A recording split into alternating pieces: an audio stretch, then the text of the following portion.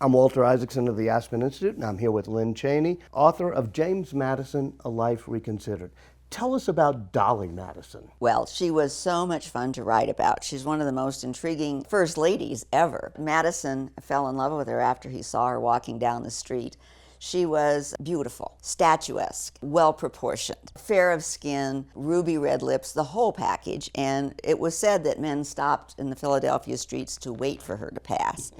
Madison was smitten, and so he asked, and this is an interesting thing about the 18th century, everyone knew everyone else, he asked Aaron Burr, whom he had gone to college with, to introduce them. And so Dolley wore her lovely mulberry dress and her gold glass beads, and they were married a few months later. She was recently widowed, right? That's right. Her husband had died in the yellow fever epidemic that had engulfed Philadelphia in 1793. She had lost a child then too, but she had a child, a little boy, whom everyone called Paine. So she ends up being somebody who helps Madison's career in your book. And she does it even just by entertaining and being nice and bringing people together.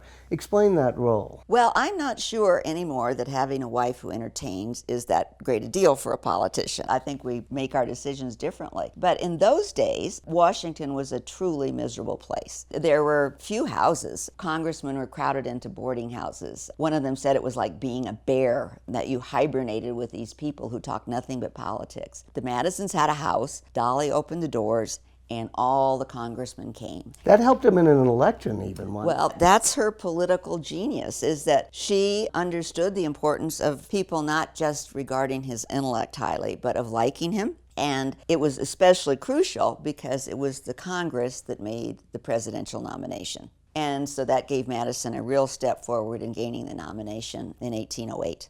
How important of a role back then, and even today, since you've been in public life, do you think personal relationships like that are in smoothing over political issues? I think they are important. I think we shouldn't overvalue them, though. I hear people lament that there are fewer personal relationships in Washington now than there were when I first went there more than 40 years ago. But I'm not sure that when it comes to governance of the country that it matters that much. Now, when Dolley Madison entertained, she even had her Wednesday evening salons. What were those? Well, practically anybody could come. If you knew the Madisons, or if you knew somebody who knew the Madisons, you could go into the White House, which Dolley had reconfigured in glorious ways. It was beautiful to look at. She was dressed in fantastic fashion.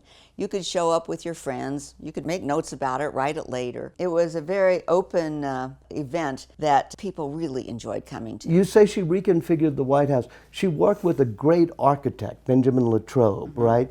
Explain what she did to help create the White House and what she and Benjamin Latrobe designed. Well, they took Jefferson's office and turned it into the state dining room. Which is still that way today. It is. And they brought wonderful color into the White House, which I think was a pretty stark place when the Madisons arrived.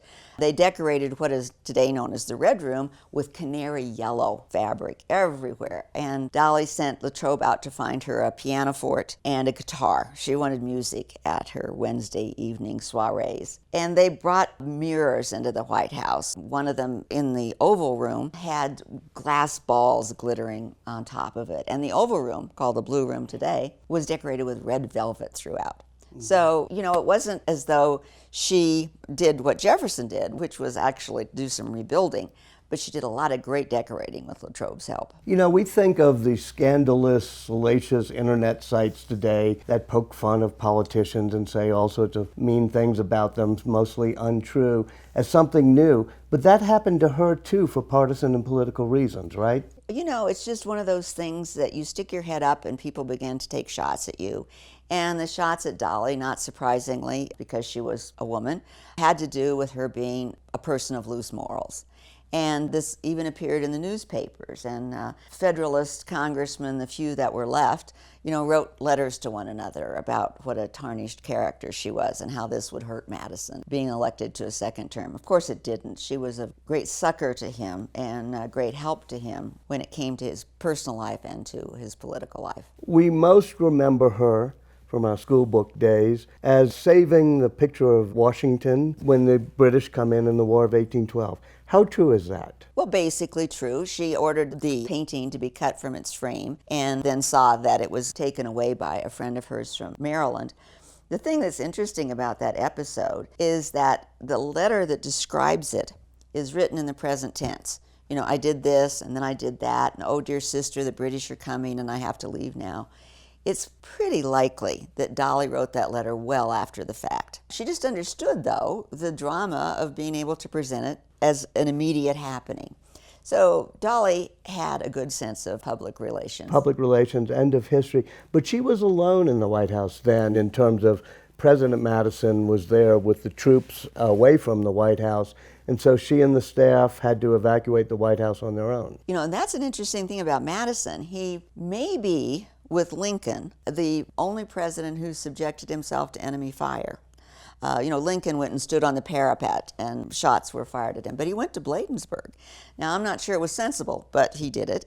Dolly, meanwhile, was alone at the White House. Bladensburg is in Maryland, and that's where the British were coming from, and they were about to burn Washington. Exactly. And so Dolley Madison helps evacuate the White House at that point. Well, she stays. She's one of the last to leave, and her friends are urging her on.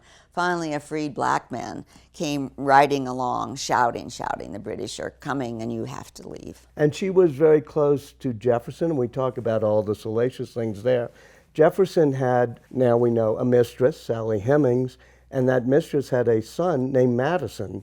And in your book, there's something about how Dolly is involved in that. You know, Southern women generally tried to turn their faces the other way when it came to masters, males sleeping with slave women. And I just have the impression that Dolly got tired one day of this, and she understood that Sally Hemings was bearing Jefferson's children. And she noted that Jefferson's children, or that Sally Hemings' children, were all named after people important to Jefferson. So she suggested to Sally Hemings that she name a new baby Madison. It kind of resonates. You know, Dolly knows what's going on. She knows that it's appropriate to name this little baby Madison because Sally's babies are named after people important to Jefferson. The young man who reported this was Madison Hemings, who was named after Madison.